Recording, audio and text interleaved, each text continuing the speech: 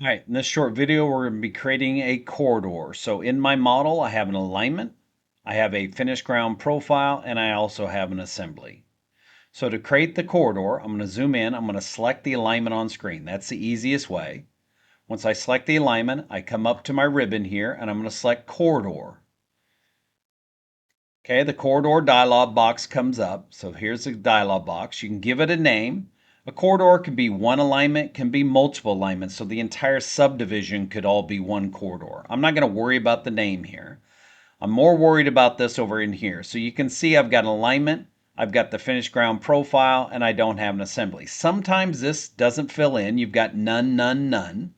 If it doesn't fill in, you can actually just click on this icon right here and go in and select your alignment on screen. So I can just select this alignment here, and I can select the finished ground profile. And then it asks me to pick the assembly. I'm just going to press enter for that. And this will come up. And now you can actually see here, I've actually added it in there twice, which that's not really what I wanted here. But basically, it does give you that ability. I'll just go ahead and delete that one out of there. So there's my alignment, my profile, and now I'm going to just select the assembly. I could have picked it on screen, but I'm just going to select that.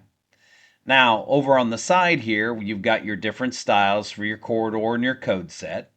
And then down below, we've got our target surface. You need to set your target surface if your assembly is looking for the surface, like you have daylighting in there. So I'm going to set this. Down at the bottom, we have set baseline or region parameters. Now, if I uncheck that box, it's just going to create the corridor. If I leave it checked, it's going to bring up the corridor properties dialog box. So I'm going to go OK here to do that. And now the dialog box comes up. And so here you can see we have one baseline. That's our alignment. It shows us the alignment and our finished ground profile. Then we have a region, and then it shows us the assembly we're using for that region. You've got your start station, your end station, the frequencies, and then if you have any targets or overrides. I'm just going to go OK.